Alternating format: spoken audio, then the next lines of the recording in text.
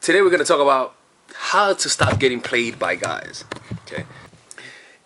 Getting played primarily has to, when women say getting played, what do you mean by getting played? Like, he was talking to me, he was seeing another girl.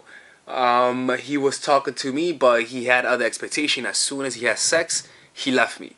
You might think that's getting played. Okay. So as you see, getting played is a broad stroke. There's so many ways that could be interpreted as getting played. And you guys know how I think, which is nothing you. I'm always encouraging you not to be the victim. I'm always encouraging you to put yourself in a position of power where no one controls you or uses you. So the first thing is this: is when you're going into the relationship, you see those red flags. A lot of the times, you tend to want a guy so much that you're willing to look through those red flags. You're willing to see that he's always looking at women when he's around you. You're willing to look over the fact that he has a lot of female friends, that he's very flirtatious, and he even flirts with other women in front of you. You're willing to do that because he's either the guy you've been looking for, or he's pushing you away, he's creating space, you see, or because you're very insecure. Depression causes that. When you're sad and you just want a relationship just to have it to fill the gap in your heart, you'll be willing to look through a lot of the red flags. You have this belief system that men are liars, betrayers. You're going to interpret things that are not even there. It's because you're living in fear. You're afraid of being hurt. You're afraid that the one thing that happened in the past is going to happen again.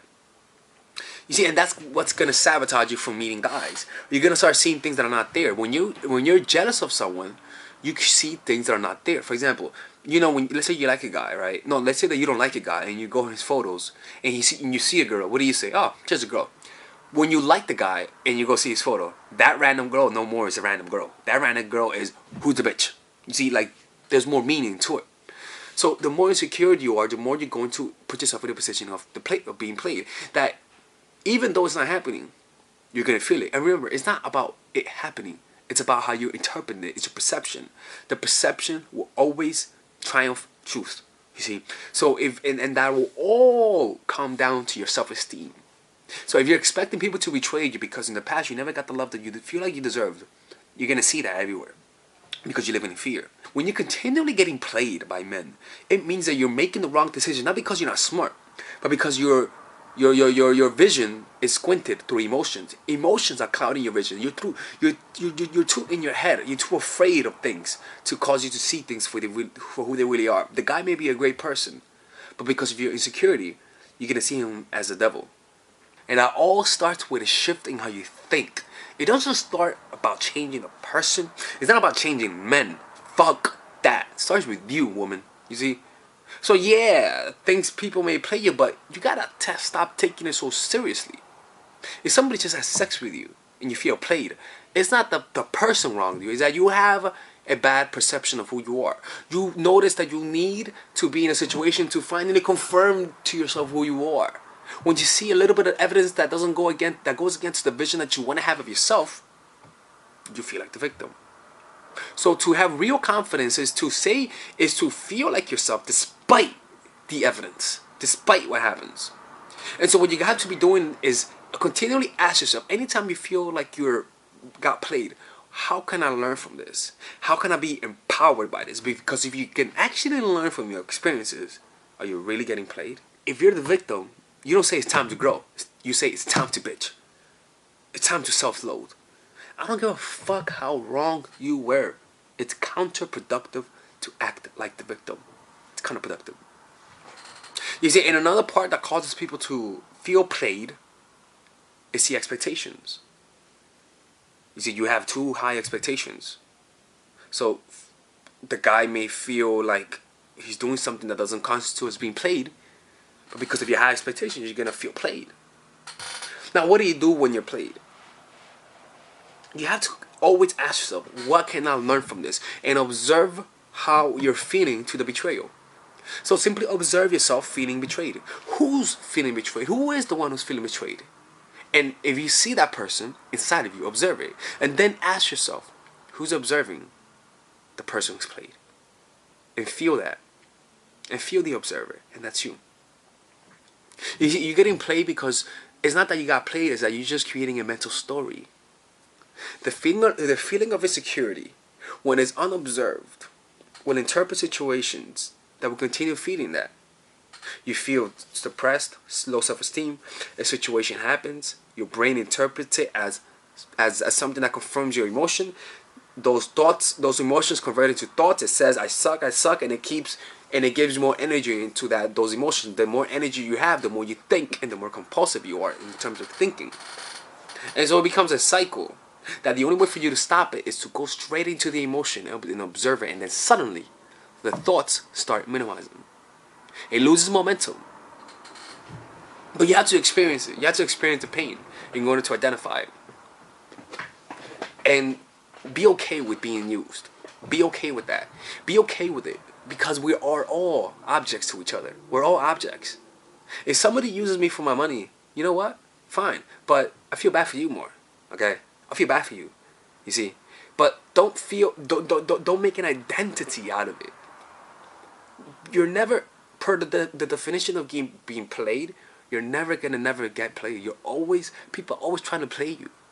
But you have to stop taking it so seriously and play the game right. Make it fun. Make it enjoyable. All right, ladies and gentlemen, if you guys ever want to learn how to use your feminine energy to influence people, learn how to use your masculine energy to become more assertive, and also learn how to blend both energies to improve your dating life, your spiritual life, honestly, your relationship life, your family life, your career life, this is the course for you. If I had to make a course for my nieces, I have two nieces, one is 19 and one is 15. 16. Holy shit. Oh my God, he's a bad fucking uncle. He's a bad uncle. Get him. Shut up, Melissa. You should get this course, right? And this is the course that I will make for them. So, for example, watch the curriculum, right? In the first week, we're going to be showing you how to establish a strong masculine foundation without letting it hurt your feminine energy. This masculine foundation is a source of who you are, right? It's your bodyguard. Without this, whatever feminine energy you create will be destroyed by the outside, because your masculine is your shield. So we'll talk about goal setting. We'll talk about how to develop a serious attitude. We're going to be talking about how to use more logic, how to use more goal-oriented behavior. It's more how to be a man. Now the next one is how to embrace the feminine energy, right? This one will teach you about how to minimize excessive masculine traits, developing self-awareness, healing abundant feminine energy, regulating your emotion, mastering voice qualities and facial expressions, surrendering control, and allowing pain to be felt. This is honestly, this will supercharge, like Kaioken, your masculine energy. After that, we have femininity in the workplace and how to be feminine in the workplace without letting people take advantage of you, and the nuances of how women on power should behave versus women who are subordinates in the workplace, and even the dress code. This is based on psychology, people. It's kind of insane. I'm actually excited about this one. The next week, we talk about navigating the labyrinth of male and female friendship. And this, a lot of women find confusing, so we talk about that. And how to identify envious friends, how to identify the good friends, how to keep male friends, and how to keep female friends. Week 5, we talk about how to release the burden of the past and stop and destroy mental projections. This is actually really powerful. And then week 6, we talk about how to increase your observational power so that you can read people better. And we have a bunch of bonuses. The course starts at $99, and you guys can pre-order the course today at $69 before it goes out. If you're watching this, most likely I'm in the meditation retreat, so most likely I will be praying for all of you guys.